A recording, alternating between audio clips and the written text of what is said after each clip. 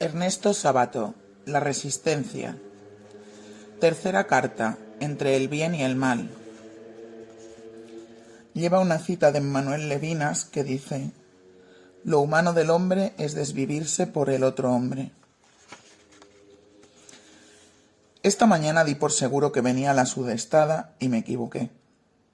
La tormenta se mantuvo en suspenso, estática. Los grises se fueron atenuando y a la tardecita ya ningún rasgo plomizo se distinguía en el cielo. Este simple e inofensivo error me llevó imperceptiblemente a las grandes equivocaciones que uno comete en la vida. Y de ahí, a través de un vasto territorio de sueños y recuerdos, mi alma quedó al borde de la imagen de mi madre aquella tarde cuando la fui a visitar a La Plata y la encontré de espaldas sentada a la gran mesa solitaria del comedor mirando a la nada, es decir, a sus memorias, en la oscuridad de las persianas cerradas, en la sola compañía del tic-tac del viejo reloj de pared. Rememorando seguramente aquel tiempo feliz en que todos estábamos alrededor de la enorme mesa Chippendale y los grandes aparadores y trinchantes de otro tiempo, con el padre en una cabecera y ella en la otra, cuando mi hermano Pepe repetía sus cuentos, las inocentes mentiras de aquel folclore familiar. A mi madre se le habían empañado los ojos al verme y algo me había repetido aquello de que la vida es un sueño. Yo la había mirado en silencio. ¿Qué le podía atenuar? Ella estaría viendo hacia atrás 90 años de fantasmagorías.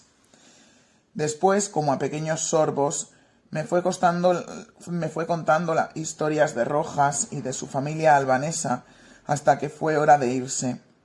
¿Había que irse? Los ojos de mi madre volvieron a nublarse, pero ella era estoica, descendía de una familia de guerreros, aunque no lo quisiera, aunque lo negase. Todavía la recuerdo en la puerta, saludando levemente con su mano derecha, de manera no demasiado fuerte, no fuera a creer esas cosas. En la calle 3 los árboles habían empezado a imponer su callado enigma del atardecer. Todavía volvió una vez más la cabeza. Con su mano, tímidamente, ella repitió la seña. Luego quedó sola. Tan enardecidas fueron mis búsquedas que entonces no supe reconocer que esa era la última vez que vería a mi madre sana, de pie, y que ese dolor perduraría para siempre como hasta esta misma noche en que entre lágrimas la recuerdo. Entre lo que deseamos vivir y el intrascendente ajetreo en que sucede la mayor parte de la vida, se abre una cuña en el alma que separa al hombre de la felicidad como al exiliado de su tierra. Porque entonces, mientras mi madre quedaba detenida allí, inmóvil, no pudiendo retener a su hijo, no queriéndolo hacer, yo, sordo a la pequeñez de su reclamo, corría ya tras mis afiebradas utopías, creyendo que al hacerlo cumplía con mi vocación más profunda. Y aunque ni la ciencia, ni el surrealismo, ni mi compromiso con mi movimiento revolucionario hayan saciado mi angustiosa sed de absoluto, reivindico el haber vivido entregado a lo que me apasionó. En ese tránsito, impuro y contradictorio como son los atributos del movimiento humano, me salvó un sentido intuitivo de la vida y una decisión desenfrenada ante lo que creía verdadero. La existencia, como al personaje de la náusea, se me aparecía como un insensato, gigantesco y gelatinoso laberinto. Y como él, sentí la ansiedad de un orden puro, de una estructura de acero pulido, nítido y fuerte. Cuanto más me acosaban las tinieblas del mundo nocturno, más me aferraba al universo platónico, porque cuanto más grande es el tumulto interior, más nos sentimos inclinados a cerrarnos en algún orden. Y así nuestras búsquedas, nuestros proyectos o trabajos nos quitan de ver los rostros que luego se nos aparecen como los verdaderos mensajeros de aquello mismo que buscábamos, siendo a la vez ellos las personas a quien nosotros deberíamos haber acompañado o protegido. Qué poco tiempo le dedicamos a los viejos. Ahora que yo también lo soy, cuántas veces en la soledad de las horas que inevitablemente acompañan a la vejez, recuerdo con dolor aquel último gesto de su mano y observo con tristeza el desamparo que traen los años, el abandono que los hombres de nuestro tiempo hacen de las personas mayores, de los padres, de los abuelos, esas personas a quienes les debemos la vida.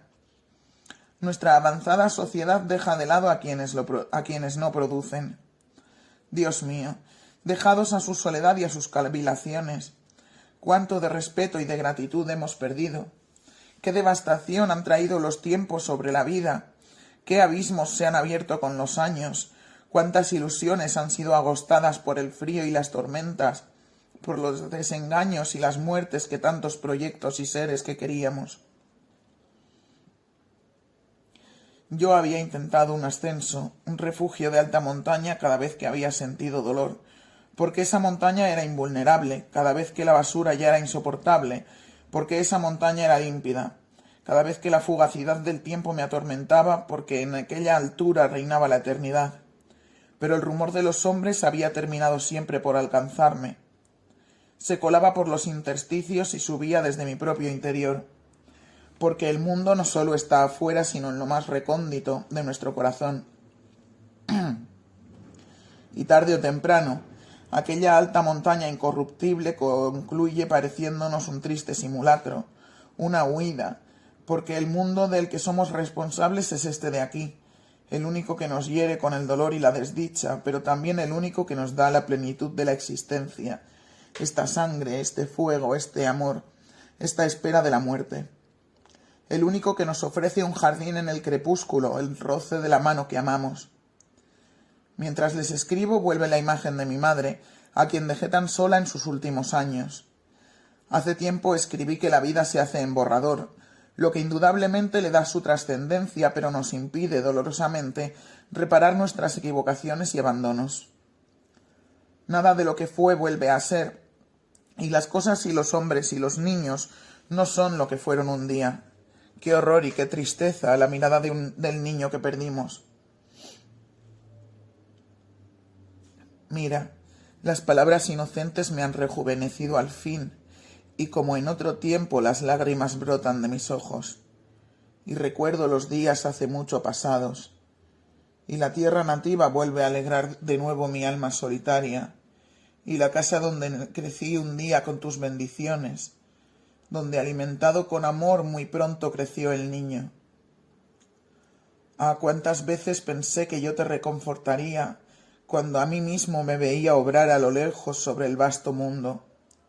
Mucho intenté y soñé, y me he llagado el pecho a fuerza de luchar, pero haréis que yo sane, queridos míos, y aprenderé a vivir como tú, madre, mucho tiempo. Es piadosa y tranquila la vejez. Vendré a ti, bendice ahora a tu nieto una vez más, que así el hombre mantenga lo que de niño prometió. Hölderlin. En la desesperación de ver el mundo he querido detener el tiempo de la niñez. Sí, al verlos amontonados en alguna esquina, en esas conversaciones herméticas que para los grandes no tienen ninguna importancia, he sentido necesidad de paralizar el curso del tiempo.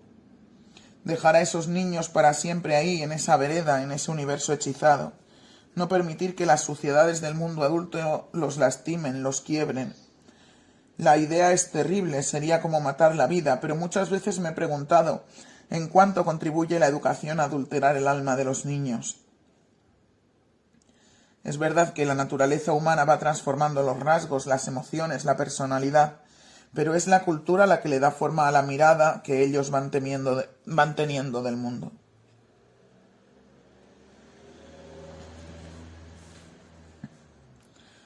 Es urgente encarar una educación diferente, enseñar que vivimos en una tierra que debemos cuidar, que dependemos del agua, del aire, de los árboles, de los pájaros y de todos los seres vivientes, y que cualquier daño que hagamos a este universo grandioso perjudicará la vida futura y puede llegar a destruirla. Lo que podría ser la enseñanza si en lugar de inyectar una cantidad de informaciones que nunca nadie ha retenido, se la vinculara con la lucha de las especies, con la urgente necesidad de cuidar los mares y los océanos. Hay que advertirles a los chicos del peligro planetario y de las atrocidades que las guerras han provocado en los pueblos. Es importante que se sientan parte de una historia a través de la cual Los seres humanos han hecho grandes esfuerzos. Y también han cometido tremendos errores. La búsqueda de una vida más humana debe comenzar por la educación. Por eso es grave que los niños pasen horas atontados delante de la televisión, asimilando todo tipo de violencias, o dedicados a esos juegos que premian la destrucción. El niño puede aprender a valorar lo que es bueno y no caer en lo que le es inducido por el ambiente y los medios de comunicación. No podemos seguir leyéndole a los niños cuentos de gallinas y pollitos cuando tenemos a esas aves sometidas al peor suplicio. No podemos engañarlos en lo que se refiere a la irracionalidad del consumo, a la injusticia social, a la miseria evitable y a la violencia que existe en las ciudades y entre las diferentes culturas. Con poco que se les explique, los niños comprenderán que se vive un grave pecado de despilfarro en el mundo. Gandhi llama a la formación espiritual la educación del corazón, el despertar del alma, y es crucial que comprendamos que la primera huella que la escuela y la televisión imprimen en el alma del chico es la competencia, la victoria sobre sus compañeros y el más enfático individualismo, ser el primero, el ganador. Creo que la educación que damos a los hijos procrea el mal porque lo enseña como bien. La piedra angular de nuestra educación se asienta sobre el individualismo y la competencia. Genera una gran confusión enseñarles cristianismo y competencia, individualismo y bien común, y darles largas peroratas sobre la solidaridad que se contradicen con la desenfrenada búsqueda del éxito individual para la cual se los prepara. Necesitamos escuelas que favorezcan el equilibrio entre la iniciativa individual y el trabajo en equipo, que condenen el feroz individualismo que parece ser la preparación para el sombrío Leviatán de Hobbes, cuando dice que el hombre es el lobo del hombre. Tenemos que reaprender lo que es gozar. Estamos tan desorientados que creemos que gozar es ir de compras. Un lujo verdadero es un encuentro humano, un momento de silencio ante la creación, el gozo de una obra de arte o de un trabajo bien hecho. Gozos verdaderos son aquellos que embargan el alma de gratitud y nos predisponen al amor. La sabiduría que los muchos años me ha traído y la cercanía a la muerte me enseñaron que reconocer la mayor de las alegrías en la vida que nos inunda. Me enseñaron a reconocer la mayor de las alegrías en la vida que nos inunda. Aunque aquella no es posible si la humanidad soporta sufrimientos atroces y pasa hambre.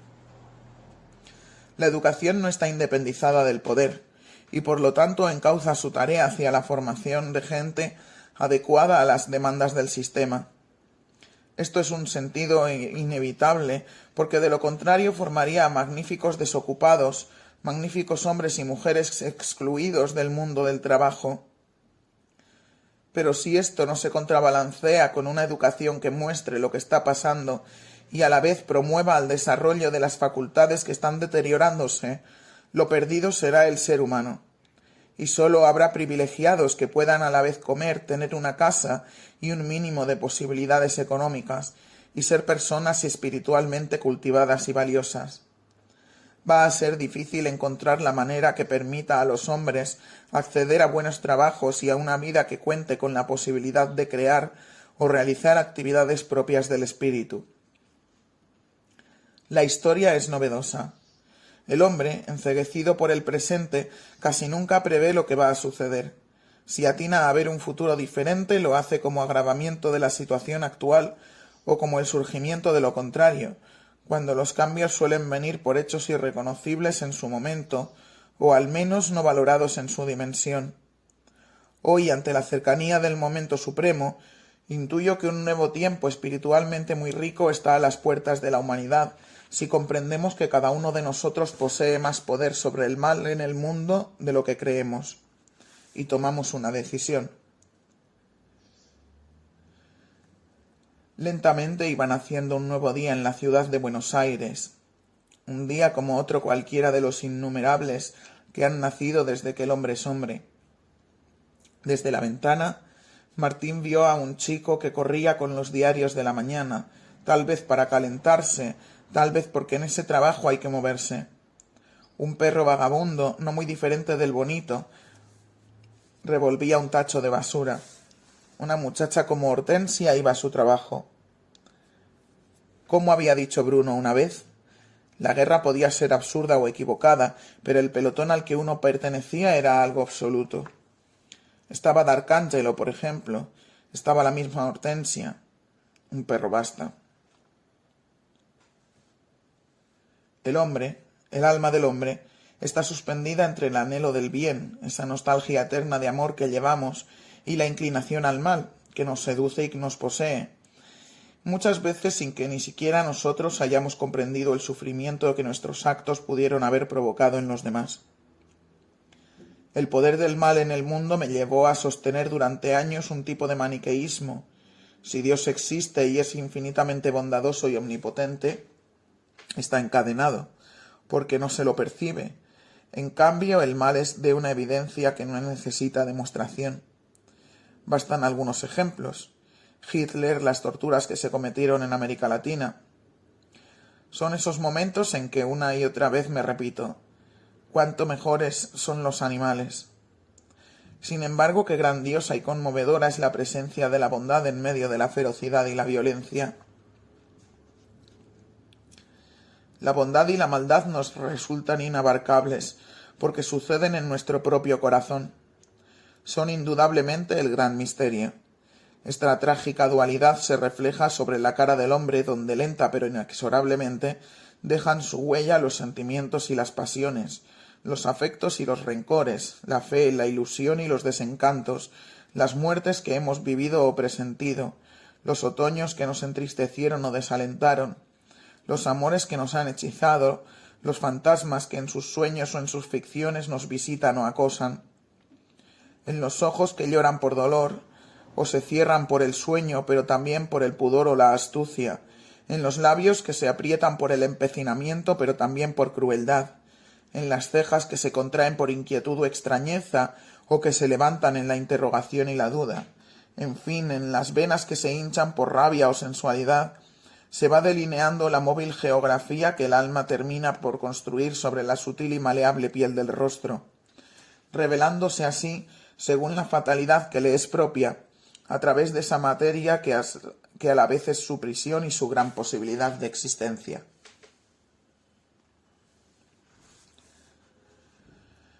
El arte fue el puerto definitivo donde colmé mi ansia de nave sedienta y a la deriva. Lo hizo cuando la tristeza y el pesimismo habían roído de tal modo mi espíritu, que como un estigma quedaron para siempre enhebrados a la trama de mi existencia. Pero debo reconocer que fue precisamente el desencuentro, la ambigüedad, esta melodía frente a lo efímero y lo precario, el origen de la literatura en mi vida. En los tratados el escritor debe ser coherente y unívoco, y por eso el ser humano se le escapa de las manos. En la novela el personaje es ambiguo como en la vida real, y la realidad que aparece en una gran obra de ficción es realmente representativa. ¿Cuál es la Rusia verdadera? ¿La del piadoso, sufriente y comprensivo Alyosha Karamazov? ¿O la del canalla de Svidrigailov? Ni la una ni la otra. O mejor dicho, la una y la otra. El novelista es todos y cada uno de sus personajes, con el total de las contradicciones que esa multitud presenta. Es a la vez o en diferentes momentos de su existencia piadoso y despiadado, generoso y mezquino, austero y libidinoso. Y cuanto más complejo es un individuo, más contradictorio es. Lo mismo ocurre con los pueblos. No es una casualidad que el desarrollo de la novela coincida con el desarrollo de los tiempos modernos. ¿Dónde se iban a refugiar las furias? Cuando una cultura las reprime, explotan y su daño es mucho mayor. Se habla mucho del hombre nuevo con mayúsculas, pero no vamos a crear ese hombre si no lo reintegramos. Está desintegrado por esa civilización racionalista y mecánica de plásticos y computadoras. En las grandes culturas, como en las obras de arte, las fuerzas oscuras son atendidas por más que nos avergüencen o nos den asco. Persona quiere decir máscara, y cada uno de nosotros tiene muchas. ¿Hay realmente una verdadera que pueda expresar la compleja, ambigua y contradictoria condición humana? Me acuerdo de algo que había dicho Bruno. Siempre es terrible ver a un hombre que se cree absoluta y seguramente solo, pues hay en él algo trágico, quizá hasta de sagrado, y a la vez de horrendo y vergonzoso. Siempre, decía Bruno, llevamos una máscara que nunca es la misma, sino que cambia para cada uno de los lugares que tenemos asignados en la vida. La del profesor, la del amante, la del intelectual, la del héroe, la del hermano cariñoso. Pero ¿qué máscara nos ponemos o qué máscara nos queda cuando estamos en soledad, cuando creemos que nadie nos observa, nos controla, nos escucha, nos exige, nos suplica, nos intima, nos ataca? ¿Acaso el carácter sagrado de este instante se deba a que el hombre está entonces frente a la divinidad, o por lo menos ante su propia e implacable conciencia? ¿Cuántas lágrimas hay detrás de las máscaras? ¿Cuánto más el hombre podría llegar al encuentro con el otro hombre si nos acercáramos los unos a los otros como necesitados que somos, en lugar de figurarnos fuertes? Si dejáramos de mostrarnos autosuficientes y nos atreviéramos a reconocer la gran necesidad del otro que tenemos para seguir viviendo, como muertos de sed que somos en verdad, ¿cuánto mal podría ser evitado?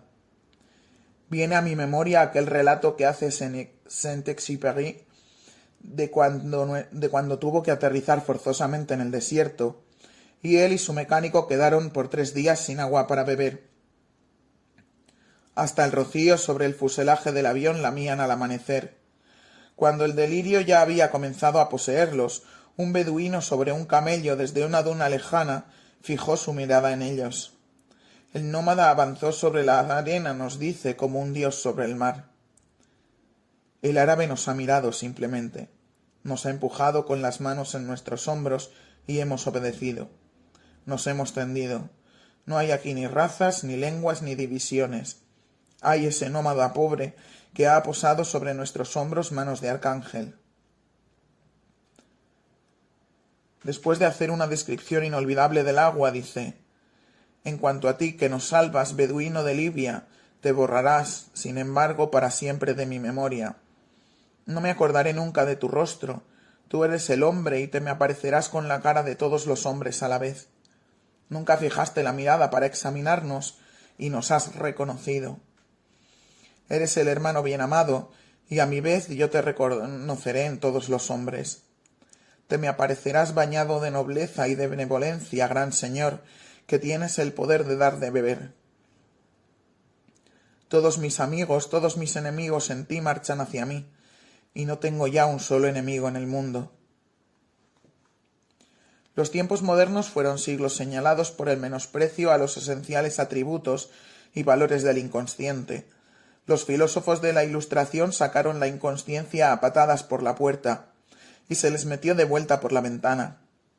Desde los griegos, por lo menos, se sabe que las diosas de la noche no se pueden menospreciar y mucho menos excluirlas, porque entonces reaccionan vengándose en fatídicas formas. Los seres humanos oscilan entre la santidad y el pecado, entre la carne y el espíritu, entre el bien y el mal. Y lo grave, lo estúpido es que desde Sócrates se han querido proscribir su lado oscuro. Esas potencias son invencibles, y cuando se las ha querido destruir se han agazapado y finalmente se han rebelado con mayor violencia y perversidad. Hay que reconocerlas, pero también luchar incansablemente por el bien. Las grandes religiones no sólo preconizan el bien, sino que ordenan hacerlo, lo que prueba la constante presencia del mal. La vida es un equilibrio tremendo entre el ángel y la bestia. No podemos hablar del hombre como si fuera un ángel, y no debemos hacerlo. Pero tampoco como si fuera una bestia, porque el hombre es capaz de las peores atrocidades, pero también capaz de los más grandes y puros heroísmos. Me inclino con reverencia ante quienes se han dejado matar sin devolver el golpe. Yo he querido mostrar esta bondad suprema del hombre en personajes simples como Hortensia Paz o el sargento Sosa. Como ya lo he afirmado, el ser humano no podría sobrevivir sin héroes, santos y mártires, porque el amor, como el verdadero acto creador, es siempre la victoria sobre el mal.